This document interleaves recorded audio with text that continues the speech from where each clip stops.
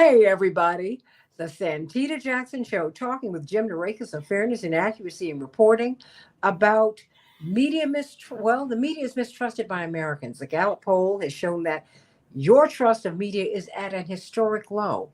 Historic low. What is going on with that? And then, see, I always knew there was a fly in the buttermilk. I'm watching the interview with Kamala Harris on 60 Minutes, and it was a little frustrating. She didn't frustrate me. They frustrated me. They, the team, the producers, the anchor, who was asking the questions because they were not asking questions that had no bias. They had questions that were boxing her into a position on the right. Or am I reading that? Am I right or wrong, Jim? Because you saw something and I need you to explain it. Because Yeah, maybe I'm a little paranoid. I don't know.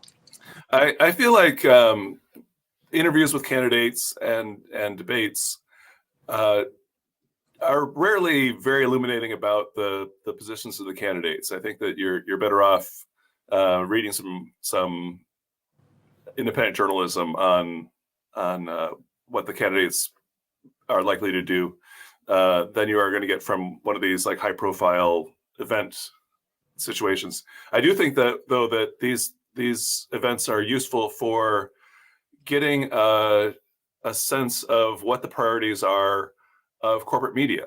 Mhm. And that is that's the ocean that all the politicians swim in. They're setting the terms of debate. They're setting what the agenda is. And this is a situation where they're most directly able to say, here, person who is possibly going to be president of the United States, here's what we think is important. Here's what we demand that you respond to. And it does have I think, an important effect just on how politicians campaign and how they govern. In large measure, they are responding to the agenda that is put forward by corporate media, which is to a large extent the agenda of corporate America, because the corporations that own our media are the same. They're owned by the same class of people. Mhm. Often the people on the boards of directors are on the boards of other large corporations. They're not, it's not the reporters who are running the show. It's the presidents and CEOs of these companies, and they have the attitudes that presidents and CEOs typically have, which is that power is in the right hands now. It shouldn't be put in more public hands. The distribution of income certainly should not be messed with. The people who are making a lot of money should get low taxes, because that is going to affect directly the bottom line of the decision makers of these networks. And so you see this agenda put forward most directly in a one-on-one interview like this, where the Bill Whitaker, as representative of CBS, is putting Kamala Harris on the spot and saying, here's the issues that we should be focusing on. And on the economy, the big issue that he really pounded on was, how are you going to pay for this? Mhm. It was not, are your economic policies going to help the people? Are they going to provide jobs? Are they going to keep inflation low?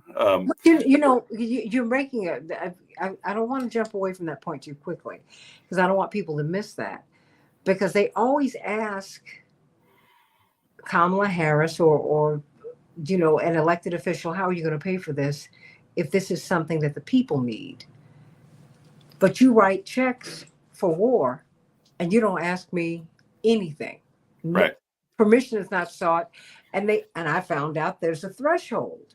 They stay underneath the threshold. So, I mean, we don't know. They say $22 billion have been given to Ukraine. Oh, no, excuse me, to Israel.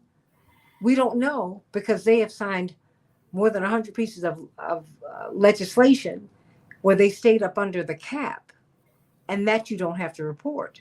This, I mean, it's unbelievable. I mean, and Yeah. yet the people are begging for scraps, right? Yeah, there are things that don't need to be. You don't have to explain how you're going to pay for weapons, whether they're other countries' weapons or our weapons.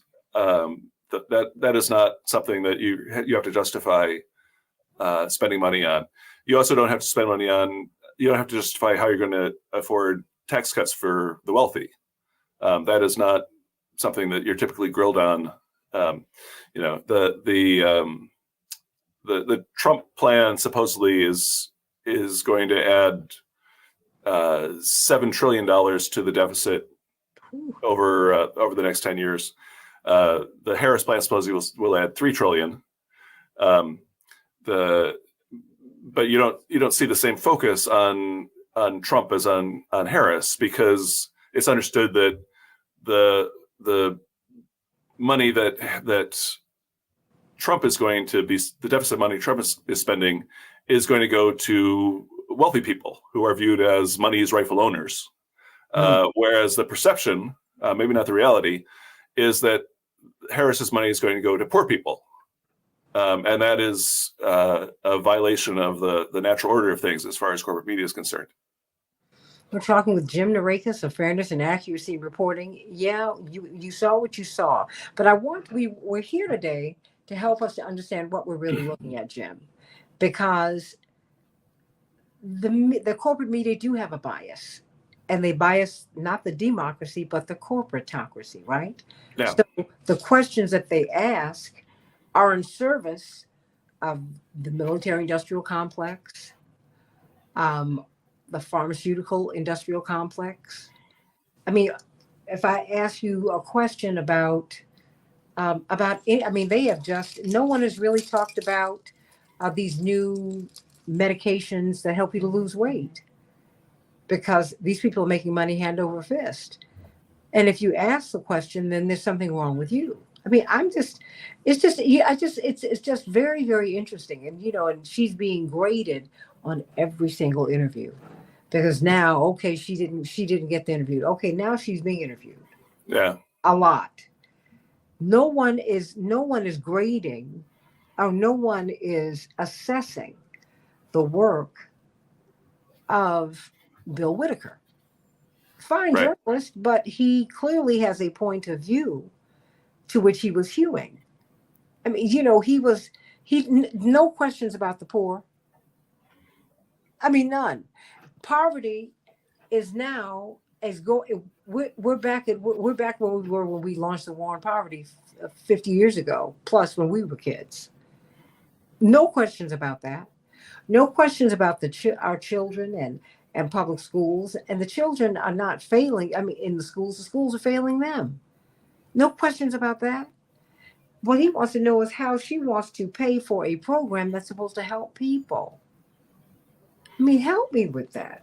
I mean, what is that about, and what can we do about it? The media have a decades-long obsession with the deficit, as if that is the thing that is.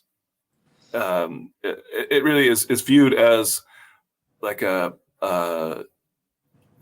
disease, like cancer, like the right amount of deficit is like the right amount of cancer. You should have no deficit, which is if you talk to an economist, they will tell you, most of them will tell you that deficit spending is necessary in many situations, that it plays a key role in stimulating the economy, in getting spending going when the economy is in a recession, which is based on people not spending enough. But there has been there's a billionaire named Pete Peterson who worked for the Nixon administration as the Commerce Secretary, and after he retired from politics, he spent his time funding uh, anti-deficit organizations. And it was one of those organizations, the Committee for a Responsible Federal Budget, that was cited as a nonpartisan source for the fact that Kamala Harris wasn't going to pay for her budget.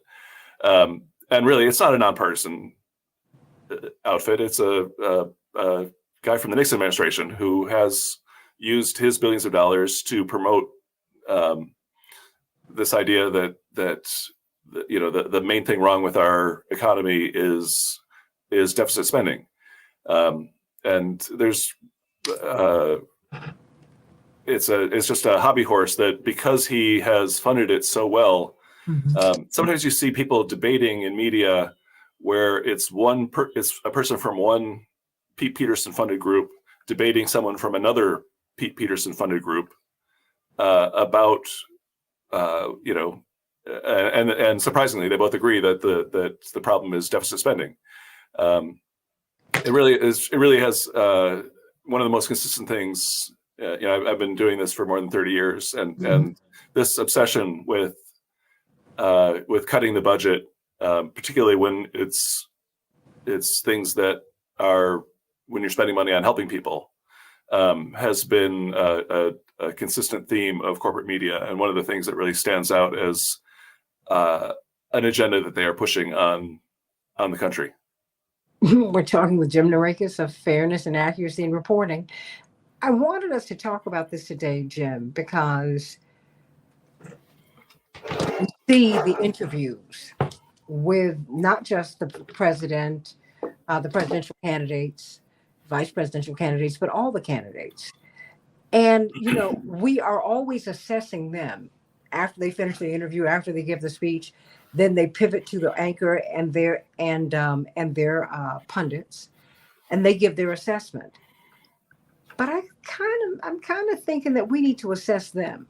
Yeah. We need to grow. Because that's, the Ta-Nehisi Coates interview. Right. I think what was so galling, and it was so unsettling, that the staff at CBS News had to have a meeting, yes? Right. Because the reporter didn't disclose that he has family living in Israel. There's nothing wrong with that. But if you're going to jump on Ta-Nehisi Coates and really give him a very hard time about speaking up for the justice of the Palestinians, you ought to say, I fully disclose. Or is that the way that should go? It was just an unprofessional interview to begin with. The whole thing was an interviewer getting up on a soapbox, presenting his view of how he would have written the book, and sort of deriding Ta-Nehisi Coates as he said that he would think that book was something you'd find in an extremist backpack, which I thought was an interesting kind of code phrase, in that a backpack is associated with terrorism. Mm-hmm. That's the image that he's trying to evoke here, is that Ta-Nehisi Coates is writing propaganda for terrorists. And how do you you interview people for a living? Do you expect that if you gave an introduction like that, attacking your guest, that you would get a reasoned response back from them? In fact, I think Coates was pretty remarkable in the way that he kept a level head, didn't kind of rise to the bait, but baiting is what he was obviously doing, and that's just not how we get information out of people, by insulting them and attacking them when you're running an interview. Unbelievable. So help me to understand what we should be looking at going forward in these last 3 weeks or so till the end of the campaign, because we're not going to get another debate. Right. So it's the speeches, and quite frankly, it's the commentary after the speeches. It's the interviews, and it's the commentary on it's the questions asked during the interview. It's the commentary on how she did, how he did. Did they look unhinged? Did they look like they were together? All of this crazy stuff. And bottom line, they should put likability in there, because so much of what's happening with Trump is about his unlikability. It's we're not even getting to policy. Most people don't even know the tenets of Project 2025. They've just been told to be afraid of it. We don't even know what, many of us don't even know what it is, y'all. So what should we be looking for? Well, I mean, you want to be looking for independent media, I think. You want to be, if you are genuinely unsure about who you are planning on voting for in the next election, you should get a hold of some media that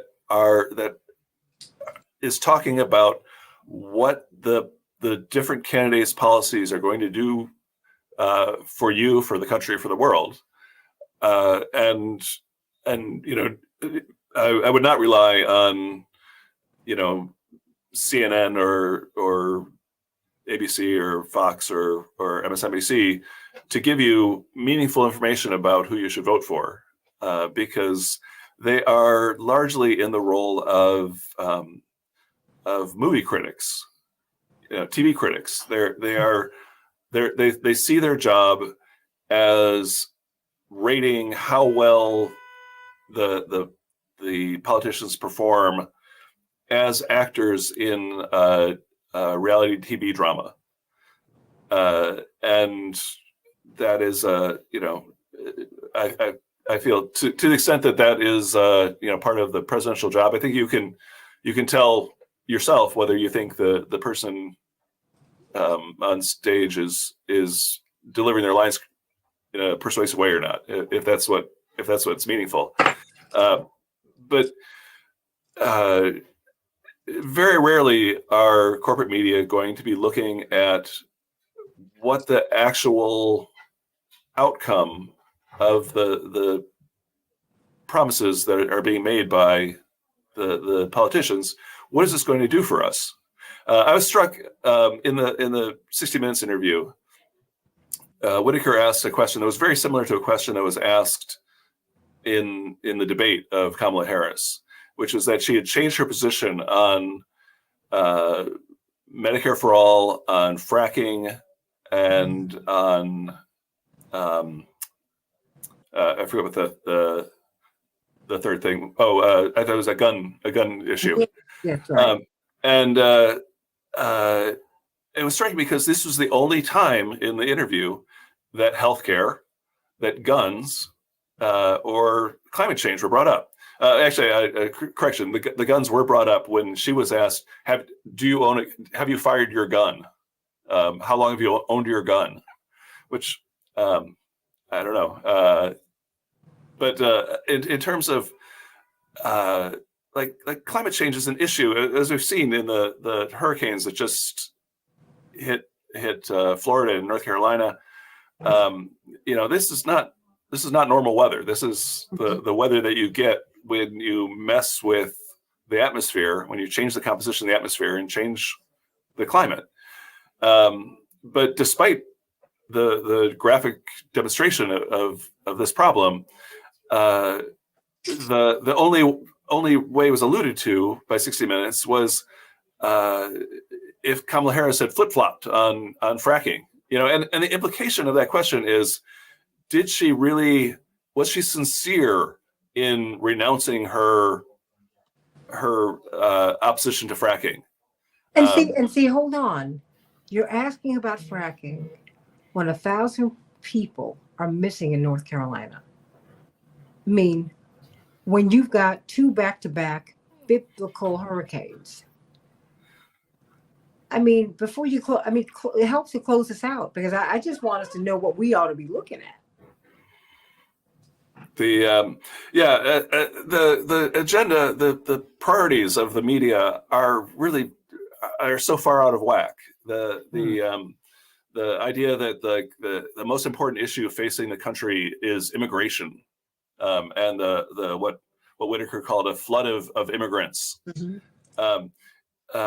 There is not a flood of immigrants. The undocumented people in the United States in 2019 were 3.2% of the population. In 2022, they were 3.3% of the population. That is the historic flood that they're talking about. It's a completely ginned up, whipped up frenzy that the media has decided this is what we're going to say is important because it gets people excited, gets people scared. You can run a lot of stories about people eating dogs and cats, which is exciting because that's not something you've talked about before. These stories that are can be completely made up, can fill up your airtime when the tens of thousands of gun deaths are not something that you want to talk about. Mhm. The fact that the United States has the highest healthcare costs in the developed world and the lowest life expectancy in the developed world. This is not something that you're going to address because that's not the corporate media agenda. Jim Narekas, fairness and accuracy in reporting. We're looking for fairness and accuracy in reporting. The questions that matter most to you, the answers that you really need to hear, the questions are not being asked and you're not getting the answers. Think about that. And that is not the fault of the candidates, by and large, because they've consented to be on these platforms. And yes, the staff does go back and forth and they decide, what's in bounds, what's not. Maybe because when my father ran and when he in his public life, and his public life is 60 years old, he's not had the space of protection. So these folks just fired everything his way. I get it. But he's not a corporatist, so that's Right. kind of the Yeah. space. That's his sandbox. Yeah. But I just think that we need to be very, very clear on what is going on here. Understand that everybody's got an agenda. And I thank you, everybody. Subscribe to Fairness and Accuracy in Reporting, fair.org. That's how I get all this information. Because after these debates and things like that, I'm always going right to you to find out. I'm like, what? Janine, would you please write something quickly so I can know what I'm doing? Yeah. I'm sending you so much love, everybody. And I'm sending love to you, Janine Jackson, and to you, Jim Narekas, and the whole team of Fairness and Accuracy in Reporting. Thank you so much, Santita. God bless you.